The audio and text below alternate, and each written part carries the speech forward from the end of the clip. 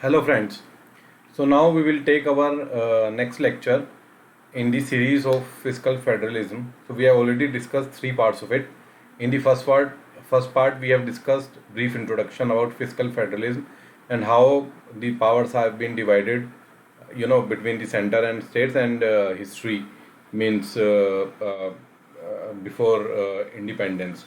So how it has been started in India, how the financial relations and financial resources have been distributed between the center and the states.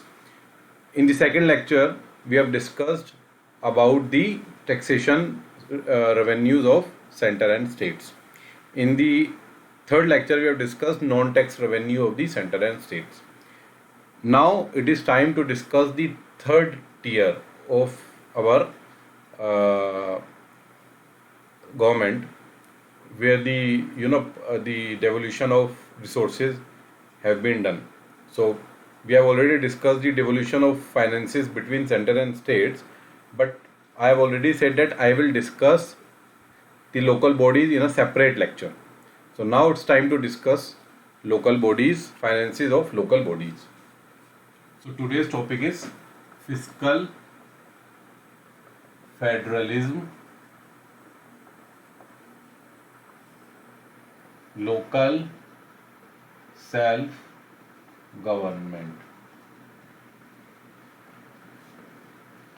So we have already known about this thing, that local self government consists of two things, that is the rural areas and the urban areas. In the rural area it is governed by the panchayats, and in the urban area it is governed by the local government has been administered by the municipalities. So panchayats in the rural area, municipalities in the urban area. So today we will not discuss the structure of the panchayat and municipalities, but we will definitely study the finances, the source of finance for panchayats as well as municipalities.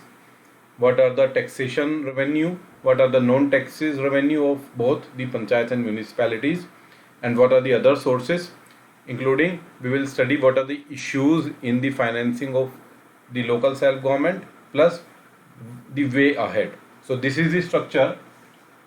We will study the source of finance,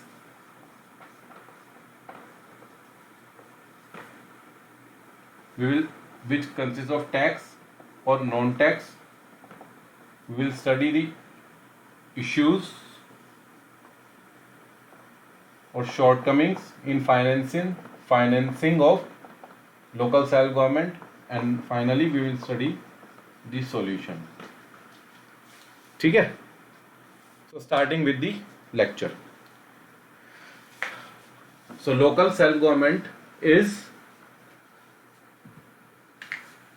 as per the constitutional 73rd and 74th amendment, it has already granted constitutional status to the local self institutions.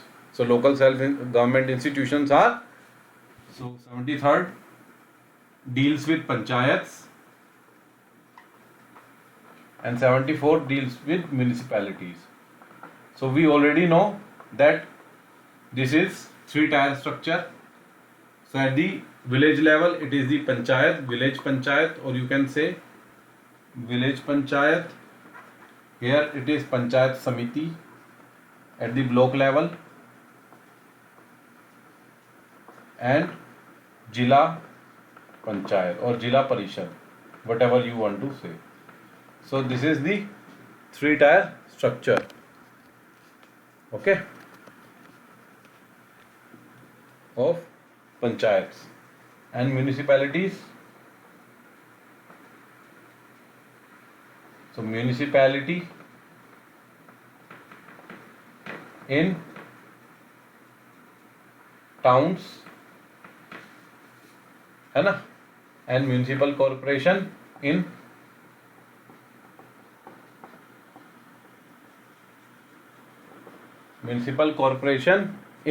urban area, and one more municipal corporation or the urban local self government, which is called Nagar Panchayat. Nagar panchayat है ना, नगर पंचायत भी है, तो हमें ज़्यादा detail में will not study nagar panchayat for a transitional area, the area which is being in transition from a rural area to a urban area.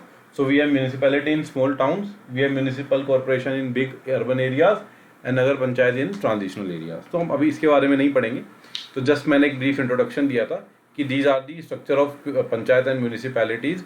और basically you already know that panchayats have 29 subjects which have been devolved to the panchayat as per 73rd Amendment Act, but which are not compulsory provision, they are voluntary provisions. So whatever 29 subjects have been devolved to panchayat, they are not compulsory but they are voluntary provisions that depends on the law passed by the state legislature.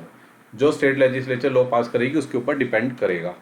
And municipalities had 18 subjects, ठीक है ना, जो इसको devolve कर सकती है government in a urban area और in a rural area. Panchayat in a rural area, municipalities in a urban area. Mind it. ठीक है, ठीक है. अब सीधे हम फाइनेंसिस पे आते हैं. उसके बाद हम, क्योंकि हमारा लेक्चर है फिस्कल फेडरलिज्म के बारे में.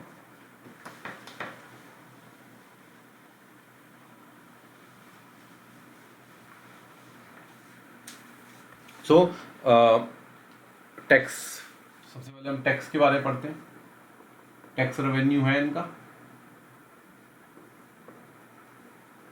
सो टैक्स रेवेन्यू किस किस से आता है? तो बेसिकली क्या है ना, ये स्टेट गवर्नमेंट के ऊपर डिपेंड करता है कि वो क्या पावर देती है, टैक्स किस किस के ऊपर लगा सकती है. स्टेट गवर्नमेंट जितना आपको पावर डिवॉल्व करेगी उतना ही panchayat and municipalities tax impose कर सकती हैं. ठीक है. तो टैक्स रेवेन्यू जनरल किस किस से आता है इनको? लैंड टैक्स, लैंड पे, लैंड कौन सी लैंड पे टैक्स आता है? बेसिकली जो भी ज़मीन होती है किसी भी एक, मान लीजिए गांव का समझ लीजिए, तो जो भी एक गांव, आपके गांव के अंदर आपके पास ज़मीन है, so that is if it is a non agricultural land. ठीक है ना. सो नॉन एग्रीकल्चरल लैंड, अगर आपके पास नॉन एग्रीकल्चरल लैंड है तो उसके ऊपर जो टैक्स है. ठीक है. उसके अलावा property tax,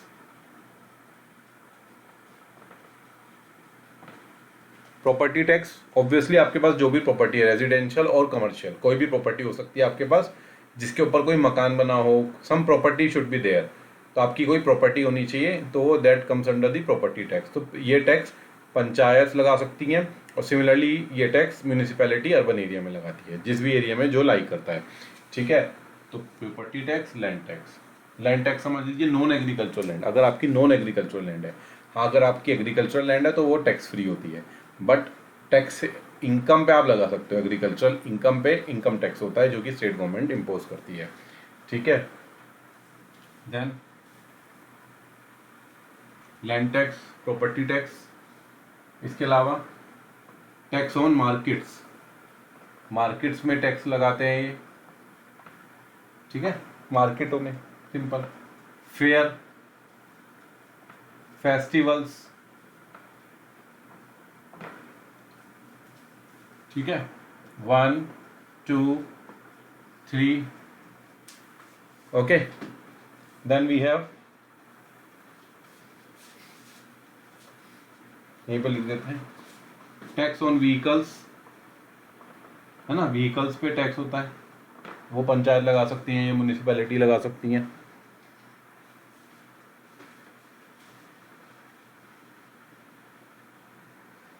then fifth one,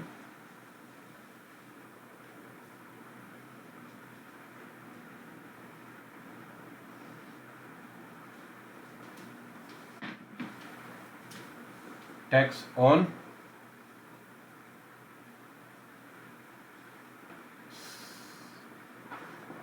animals के ऊपर. ठीक है. एनिमल्स के ऊपर टैक्स लगा सकते हैं. 6, टैक्स ऑन वाटर, वाटर के ऊपर टैक्स लगा सकते हो आप.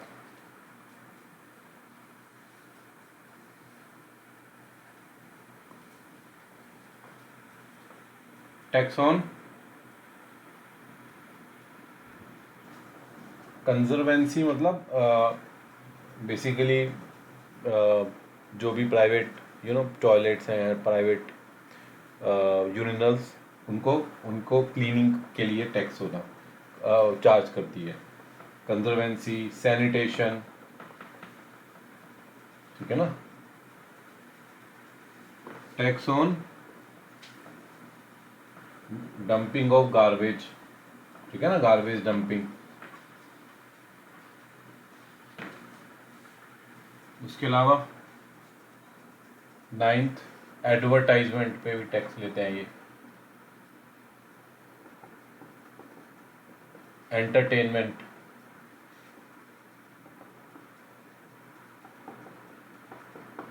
एंटरटेनमेंट 10, ठीक है, 10 हो गए।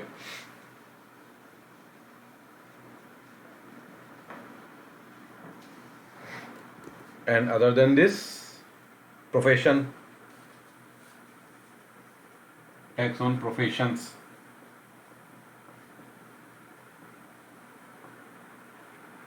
ठीक है। एंड मोस्टली यही है। Octroi, lighting tax, octroi, octroi होता है बेसिकली आपका कि, so next is octroi. Octroi is the entry tax.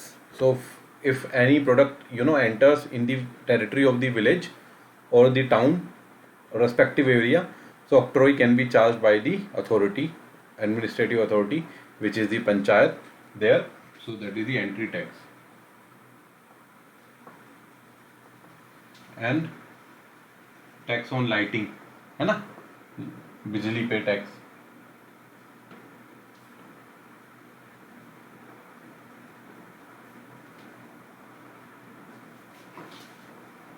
Tax on public urine toilets,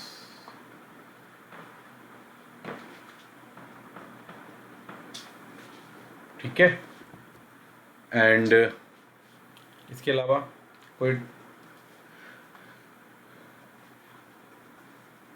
basically क्या है ना, जो भी इनको सब्जेक्ट्स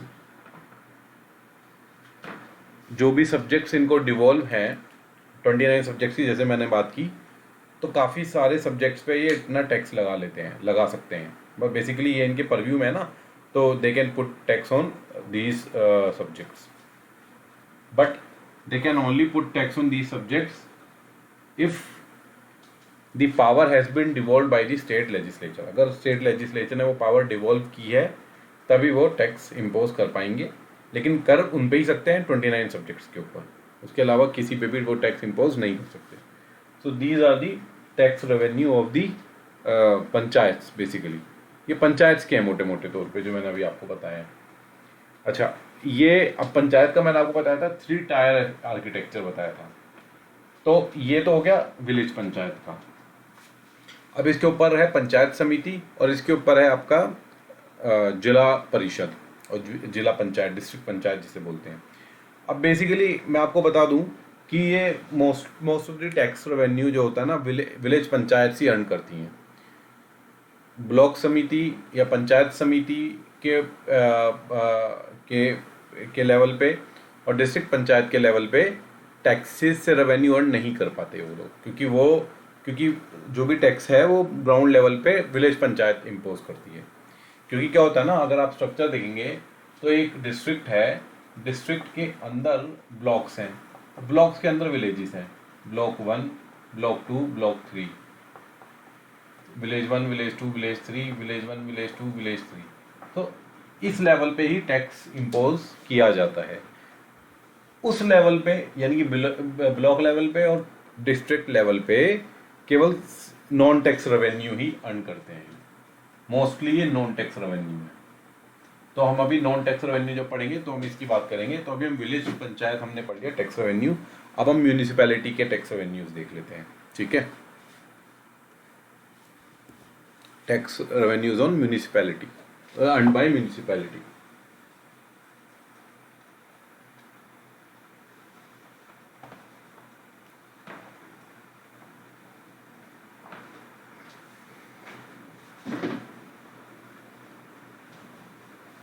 म्यूनिसिपैलिटी का आपको पता है, म्यूनिसिपैलिटी वाले बहुत ज़्यादा पैसा कमाते हैं टैक्सेशन से। विलेज में तो मैं बताऊं आपको, अभी मैं स्टैटिस्टिक्स भी बताऊंगा, म्यूनिसिपैलिटी में अच्छा पैसा कमाते हैं टैक्सेशन से।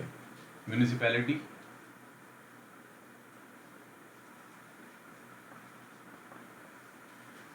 मेन सबसे ज़्यादा प्रॉपर्टी पे, property tax, residential,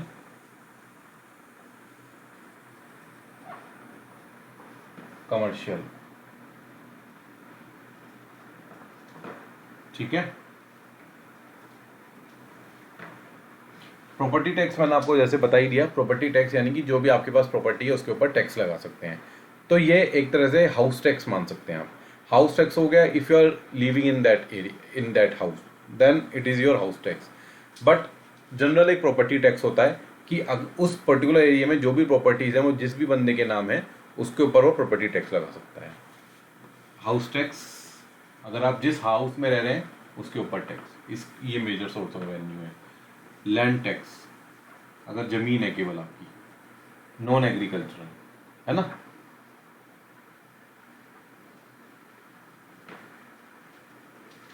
land tax, उसके अलावा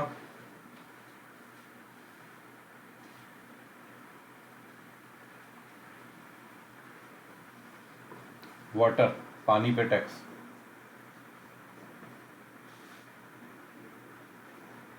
मोटे मोटे तौर पे आप देख रहे होंगे वही सब टैक्सेस हैं, ठीक है।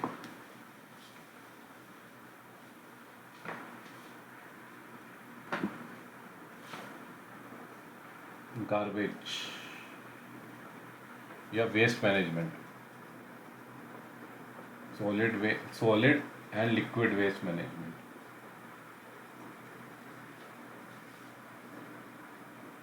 इसके ऊपर टैक्स लगा सकते हैं।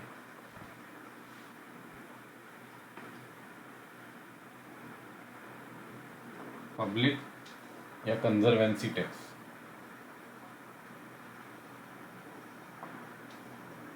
देन सैनिटेशन टैक्स, ठीक है। क्लीनलीनेस टैक्स, वो सैनिटेशन में ही आ जाएगा, दैट इज क्लीनलीनेस, है ना। Lighting tax,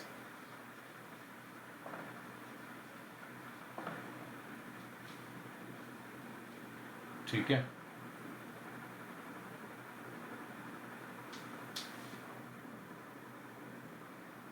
tax on vehicles. तो मोटे मोटे तौर पे आप देखेंगे लगभग वही सब टैक्स हैं जो कि म्यूनिसिपैलिटीज़ में भी इम्पोज किए जा रहे हैं, ठीक है। और भी कोई होगा तो आप देख लीजिएगा। तो ये मोटे मोटे तौर पे टैक्सेशन जो भी इनके पास 18 सब्जेक्ट्स हैं, ठीक है। So these are the taxation revenue of the local self government, whether it is panchayat और म्यूनिसिपैलिटीज। पंचायत के बाद 29, इनके पास 18 सब्जेक्ट्स हैं, ठीक है। टैक्सेशन लगभग आप देख रहे हैं सेम है, ठीक है। एंटरटेनमेंट, एडवर्टाइजमेंट इसमें भी है, ठीक है। And we have professional tax also, tax on tolls वगैरह भी हैं इसमें, ठीक है। देन ऑक्ट्रोई इज देयर, ठीक है। ये सब टैक्सेस हैं। So these are the taxation revenues. तो इसमें आप लिख लीजिए ऑक्ट्रोई, ऑक्ट्रोई, ठीक है। उसके अलावा एडवर्टाइजमेंट, एंटरटेनमेंट एंड प्रोफेशन, ये सब टैक्स हैं, ये आप देख लीजिए। Next is the non taxation revenue.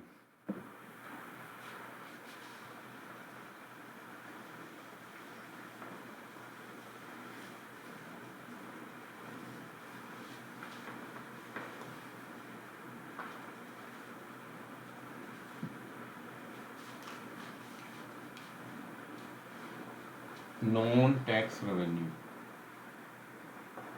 ये इंपॉर्टेंट है।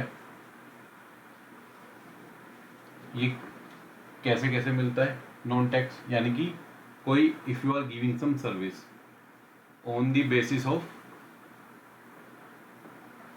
सर्विस, सर्विस कोई दी आपने, है ना। Grants, grants, grant in aid,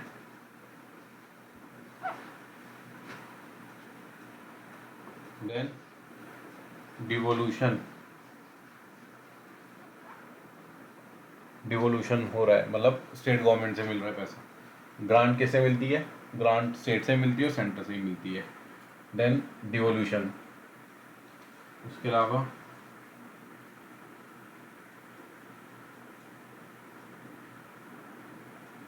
then you have CSS,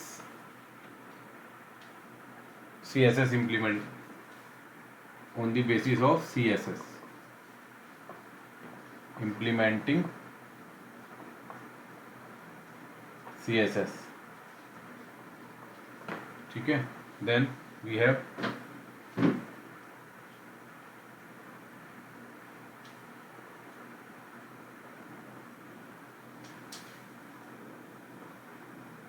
tolls,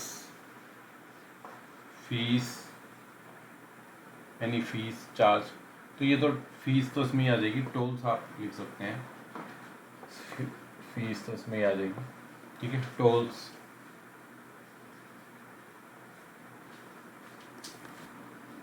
ठीक है। उसके अलावा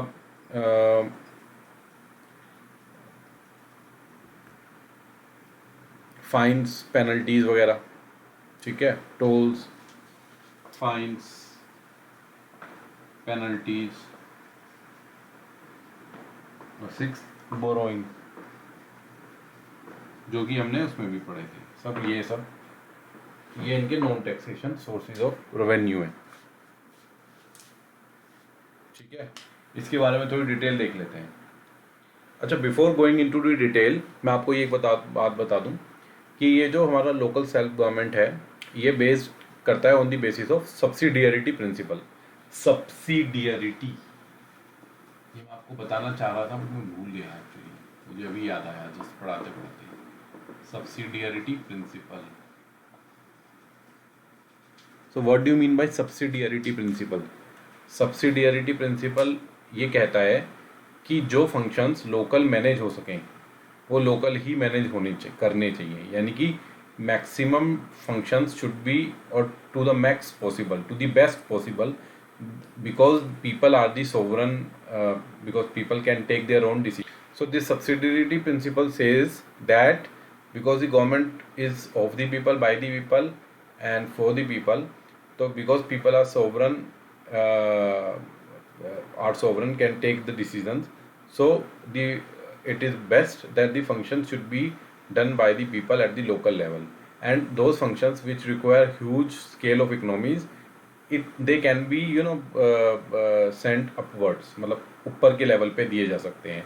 बट पहले आप नीचे के लेवल पे ट्राई कीजिए कि maximum functions should B achievable at the done at the local level, and the target should be achievable at the local level, at the bottom level, and those functions which can not be achieved by the people at the lowest level can be devolved to the higher level, or can be given to the higher level for its implementation, ठीक है। So this is the principle of subsidiarity.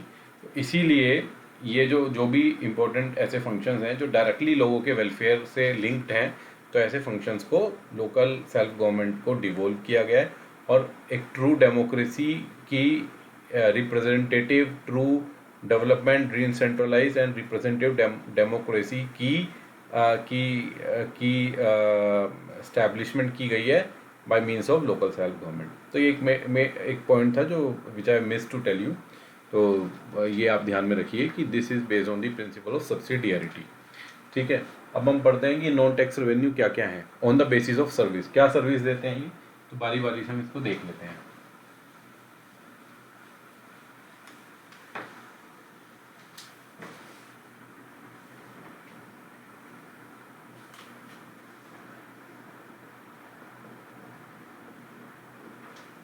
ठीक है ना, service क्या क्या देते हैं ये, व्हीकल सर्विसेज, या आपसे कह सकते हैं फेरी सर्विसेज, है ना। फेरी वो कोई सी भी हो सकती है, वाटरवेज फेरी, मतलब फॉर एग्जांपल आपको गंगा नदी पार करनी है तो म्यूनिसिपैलिटी का हो सकता है, कोई नदी पार करनी है आपको, ठीक है। फेरी आपको इधर से उधर जाना है तो उसकी हो सकती है। म्यूनिसिपैलिटी के वो होते हैं, बसेज होती हैं, म्यूनिसिपैलिटी के स्कूल्स होते हैं, स्कूल, है ना, एजुकेशन, म्यूनिसिपैलिटी के हेल्थ सेंटर्स होते हैं, education. So these are the services, health centres. Then इसके अलावा क्या सर्विसेज देते हैं ये टॉयलेट, पब्लिक टॉयलेट सर्विस देते हैं ये, है ना, जिसको होता है सुलभ शौचालय, पब्लिक टॉयलेट सर्विस। म्यूनिसिपैलिटी जो भी एक शहर में देती है सर्विस, क्या देती है? और पार्क्स, है ना, पार्क देती है, पार्क, प्ले ग्राउंड, पार्क्स। तो इसके ऊपर आप ये सर्विस के लिए आप कुछ चार्ज वसूल कर सकते हैं। So they are the charges, basically fees उन सर्विस को देने के लिए। ठीक है। सो इसके अलावा और कौन सी सर्विस हो सकती हैं? इसके अलावा कोई लाइब्रेरी की सर्विस हो सकती है, लाइब्रेरी के लिए आप सर्विस दे सकते हो। और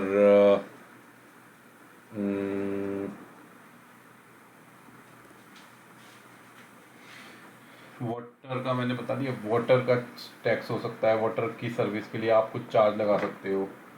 ठीक है। So these are the charges. उसके अलावा क्या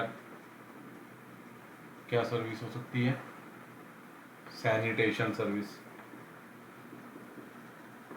ठीक है, कूड़ा आप उठवा रहे हो तो उसके लिए आप कुछ चार्ज वसूल रहे हो, प्लस एक टैक्स भी वसूल रहे हो।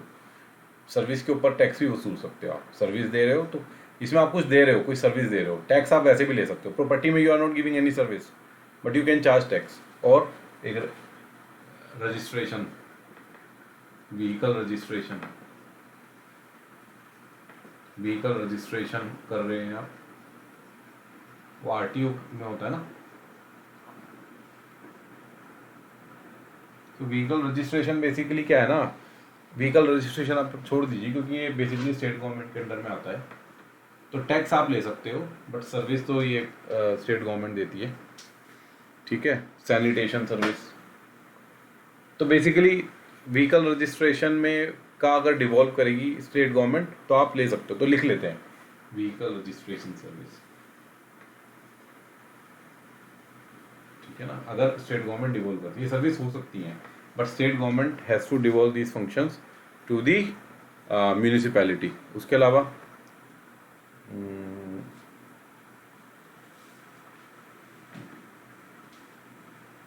और म्यूनिसिपैलिटीज और कौन सी लेती हैं चार्जेस, कौन सी सर्विस देती हैं म्यूनिसिपैलिटीज? क्लीनलीनेस सर्विस, है ना, साफ सफाई वाली सर्विस, क्लीनलीनेस। और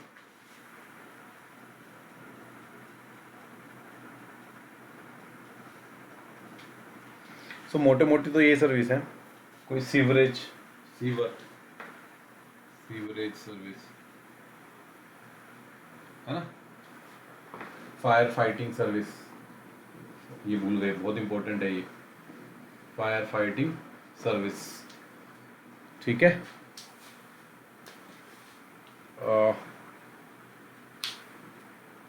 एम्बुलेंस सर्विसेज, वो हॉस्पिटल हेल्थ में ही आ गया। बस मोटी मोटी यही सर्विस है जो शहरों में मिलती हैं। वेस्ट मैनेजमेंट सर्विस मैंने बता दी। सो वेस्ट मैनेजमेंट सर्विस, है ना, क्लीनलीनेस में आ सकती है वो, लेकिन वेस्ट मैनेजमेंट अलग से लिख सकते हैं। वेस्ट मैनेजमेंट सर्विस, कूड़ा बीनना, जो आपके घर से कूड़ा उठाना है, वो हो गया। और लाइटिंग, तो lighting you can put, lighting tax ले सकते हो, लाइटिंग सर्विस भी आप दे सकते हो।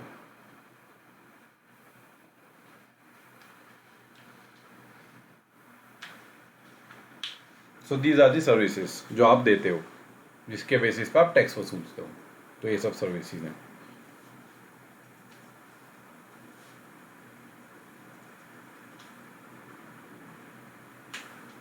ठीक है। और उसमें मैंने ये तो बेसिकली अर्बन सेंटर्स की हो गई। और पंचायत क्या सर्विस देती है? पंचायत की जो ये सर्विस होती हैं, तो पंचायत की भी मोटी मोटी तौर पे यही सर्विसेज होती हैं। फेरी सर्विसेज जैसे मैंने बताई, तो ऑब्वियसली पंचायत की भी होती हैं फेरी सर्विसेज। और आपकी मार्केट पे मार्केट वाटर कंजर्वेंसी है ना, जो जो आप स्टेट पंचायत में ले सकते हो। और फेरी सर्विसेज हो सकती है। पार्क ग्राउंड्स,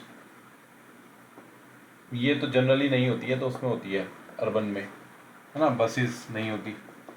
स्कूल्स ये होती है, हेल्थ सेंटर्स होती है, देन पब्लिक टॉयलेट्स ये होती है, वाटर होती है, लाइटिंग होती है, सैनिटेशन, व्हीकल रजिस्ट्रेशन सर्विस ये भी हो सकती है, cleanliness service, sewerage, fire fighting, ये सब हो सकती है। मोटी मोटी तो तौर पे अगर देखा जाए तो फायर फाइटिंग तो अर्बन सब्जेक्ट है, बट ये सर्विस भी वहाँ की पंचायत दे सकती हैं, तो उसके ऊपर चार्ज वसूल कर सकती हैं। तो मोटे मोटे तौर पे सब सर्विसेज होती हैं जो कि ये सब लोकल लेवल पे दी जाती हैं। तो these are on the basis of service. Then grant in aid, है ना, ग्रांट इनको मिलता है। ग्रांट कहाँ कहाँ से मिलता है इनको? So they usually get grants from both centre as well as state. तो ग्रांट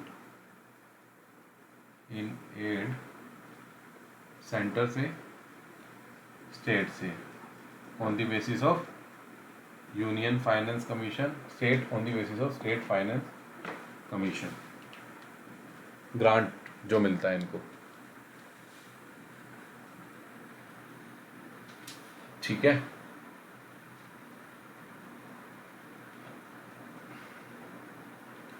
प्लस आप एक चीज़ और लिख सकते हैं इसमें कि कुछ ग्रांट्स ऐसे भी होते हैं जो कि स्टेट गवर्नमेंट स्कीम्स के बेसिस पे मिलता है, जो सीधे लाइन डिपार्टमेंट से मिलती है। लाइन डिपार्टमेंट मतलब मिनिस्ट्री से, ठीक है।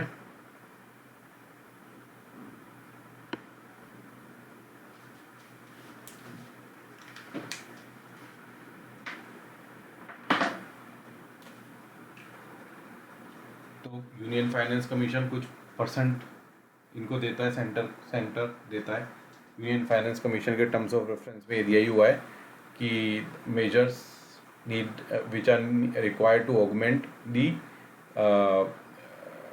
consolidated fund of the state to supplement the resources of panchayat and municipalities on the basis of on the recommendations of the state finance commission। तो यूनियन फाइनेंस कमीशन जो होता है वो बताता है कि कंसोलिडेटेड फंड ऑफ स्टेट को किस तरीके से ऑगमेंट किया जा सकता है, उसके रिसोर्सेज को, यानी कि वहाँ पे पैसा कैसे बढ़ाया जा सकता है, जिससे जो स्टेट फाइनेंस कमीशन ने रिकमेंडेशंस दिए हैं कि ये पैसा ग्रांट दे, कंसोलिडेट फंड दे, स्टेट दे, तो कैसे ये दिया जा सकता है। एक तो ये होता है। तो दो इसकी other recommendations required for the for the sound finance of the country, ठीक है ना। साउंड फाइनेंस के लिए प्रेसिडेंट कुछ और टर्म्स ऑफ रेफरेंस दे सकता है। तो ग्रांट इन एड, ये सेंटर के पास दो फंक्शंस हैं सेंटर को। एक तो यूनियन फाइनेंस कमीशन ये बताएगा कि क्या मेजर्स चाहिए to supplement the resources of state को कैसे सप्लीमेंट किया जा सकता है, क्या मेजर्स हैं। और सेकंड, ग्रांट इन एड जो आप दे सकते हो from the central divisible pool, जो सेंट्रल डिविजिबल पूल से आप ग्रांट इन एड दे सकते हो, that is on the basis of union finance commission. State finance commission ये बताता है कि कितना ग्रांट जो है स्टेट गवर्नमेंट दे सकती है पंचायत और म्यूनिसिपैलिटीज़ को। ग्रांट इन एड जनरली जो यूनियन फाइनेंस कमीशन देती है, ग्रांट जो है स्टेट्स को देती है। सिमिलरली स्टेट्स देती है स्टेट फाइनेंस कमीशन की रिकमेंडेशंस पे पंचायत एंड म्यूनिसिपैलिटीज़ को, ठीक है। एंड ये इसका ये जो ग्रांट है काफ़ी लेस है, और ये ज़्यादा है, ये काफ़ी ज़्यादा है। ये क्या है? ये ग्रांट है बेसिकली, ग्रांट नहीं बोलेंगे इसको, ये बेसिकली वो पैसा है जो उन स्कीम्स को इम्प्लीमेंट करने के लिए दिया जा रहा है डायरेक्टली स्टेट मिनिस्ट्रीज द्वारा, जो स्टेट ने लॉन्च की है, ठीक है। ऐसी स्कीम्स के लिए, जैसे कोई मान लीजिए सैनिटेशन स्कीम लॉन्च की है या कोई वेलफेयर स्कीम लॉन्च की है, तो डायरेक्टली पैसा देना पंचायत म्यूनिसिपैलिटीज़ को to implement that scheme, so schemes के लिए, ठीक है। तो ये 3 तरीके से इनको पैसा दिया जा रहा है पंचायतों म्यूनिसिपैलिटीज़ को, ठीक है। देन उसके अलावा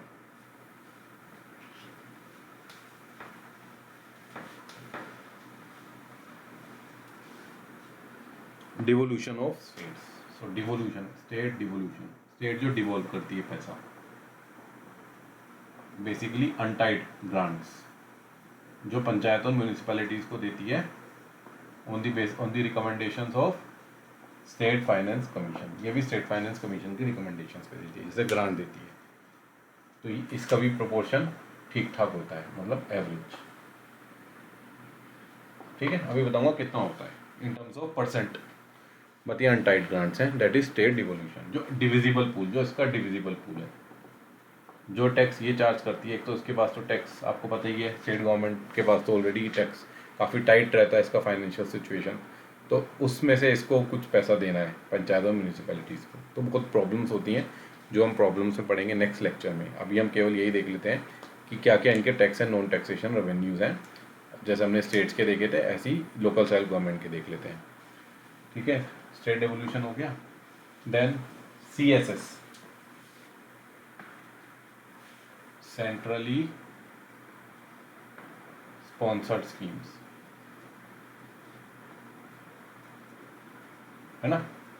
तो मान लीजिए कोई सेंट्रल स्पॉन्सर्ड स्कीम है, उसको इम्प्लीमेंट करना है, मनरेगा ही है, MNREGA is the centrally sponsored scheme. तो मनरेगा का पैसा पंचायत को भेजना है, तो ये किसके थ्रू भेजा जाता है? स्टेट गवर्नमेंट के द्वारा। ये देता है स्टेट गवर्नमेंट को, और स्टेट गवर्नमेंट देती है पंचायत को। और कोई मान लीजिए अर्बन मिशन है, नेशनल सम फॉर एग्जांपल जल जीवन मिशन है, तो उसको इम्प्लीमेंट करना है, ठीक है। That is also central sponsored scheme, जल जीवन मिशन। तो उसका पैसा भेजना है म्यूनिसिपैलिटी को और पंचायत को, है ना। कैसे भेजेंगे? Via state government. So it will be send to state government and then it will be send to panchayat and municipalities. इस तरीके से सेंट्रल स्पॉन्सर्ड स्कीम्स का पैसा भेजा जाता है। That is a tight grant. ये हमने ऑलरेडी बात कर चुके हैं इसके ऊपर। इसके अलावा टोल्स के थ्रू ये पैसा लेते हैं। टोल्स, जो भी म्यूनिसिपैलिटी के टोल्स हैं, जो भी ऐसे टोल्स हैं जो कि स्टेट गवर्नमेंट कहेगी कि this will come under the purview of the municipality, तो उसके ऊपर वो टोल्स के ऊपर फीस चार्ज करते हैं। टोल्स से भी काफ़ी पैसा वसूल करते हैं ये। It is also a very good source of revenue for the municipalities. Panchayat के लिए नहीं है बट म्यूनिसिपैलिटीज़ के लिए है। उसके अलावा बोरोइंग, तो बोरोइंग कैसे करते हैं? बोरोइंग ये करते हैं स्टेट गवर्नमेंट से। तो borrowing, panchayat and municipalities can borrow from state government, ठीक है। स्टेट गवर्नमेंट से बोरो करते हैं। And even they can borrow from the center, but they can borrow from the center on the security of the consolidated fund of the state, और state guarantee के basis पे बोरो कर सकते हैं। अगर state guarantee दे तो from the center on the guarantee of state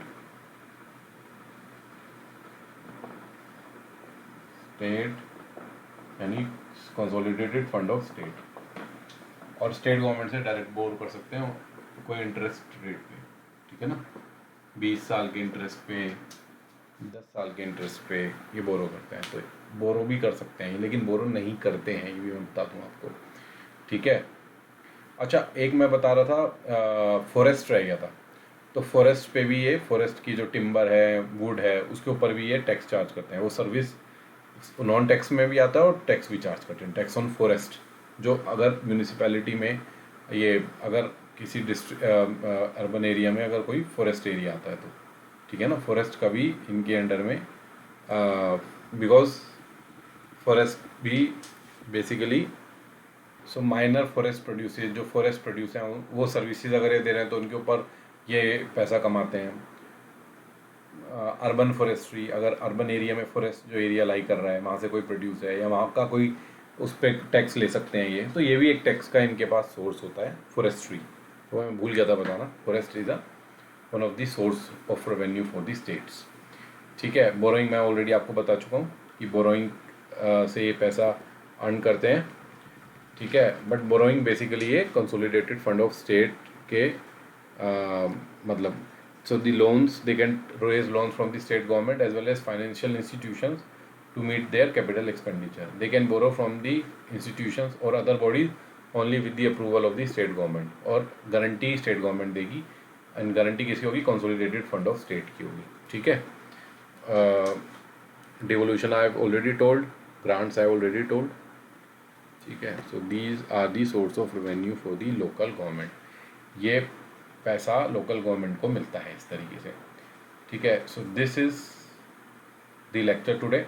in the next lecture will discuss what are the issues with the finances. So ये सब इतना सारा पैसा तो आपको दिख रहा है, बट इश्यूज है इसमें बहुत सारे, क्योंकि मैं बताऊंगा वॉलेंट्री प्रोविजंस हैं इसमें, और जो इनको पैसा डिवॉल्व करना है, फंक्शंस भी डिवॉल्व करने हैं और पैसा डिवॉल्व करना है, that depends on the will and whims and fancies of the state legislature, on the will of the state legislature. एक कानून स्टेट लेजिस्लेचर ने बनाया है पंचायत और म्यूनिसिपैलिटीज़ के लिए, उनके फंक्शंस को डिवॉल्व करने के लिए, और जो कानून बनाया है उसमें उसको जो फंक्शंस टैक्सेशन जो वो लेवी कर सकते हैं फंक्शंस के हिसाब से वो सर्विस देंगे, और जो टैक्सेशन के लिए जो लेवी कर सकते हैं चार्ज, जो लेवी करेंगे वो भी अगर स्टेट गवर्नमेंट अगर डिवॉल्व करेगी तभी आप जो है रेवेन्यू अर्न कर सकते हैं, टैक्सेशन एंड नॉन टैक्सेशन। बाकी ये जो ग्रांट ब्रांट है ये तो ऑब्वियसली मिलेगा ही मिलेगा, बट ये बहुत ज़्यादा टाइट होता है। अच्छा, इसमें एक इम्पोर्टेंट पॉइंट और है, टैक्सेशन और नॉन टैक्सेशन का डिस्ट्रीब्यूशन। ठीक है ना,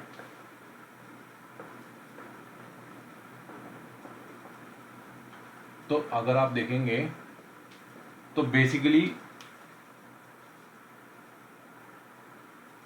तो नॉन टैक्स में आप ये मान लीजिए जो इनकी सर्विस है जो ये देते हैं, ठीक है ना, उसको प्लस जो इनको ग्रांट मिलती है या जो डिवोल्यूशन होता है इसका।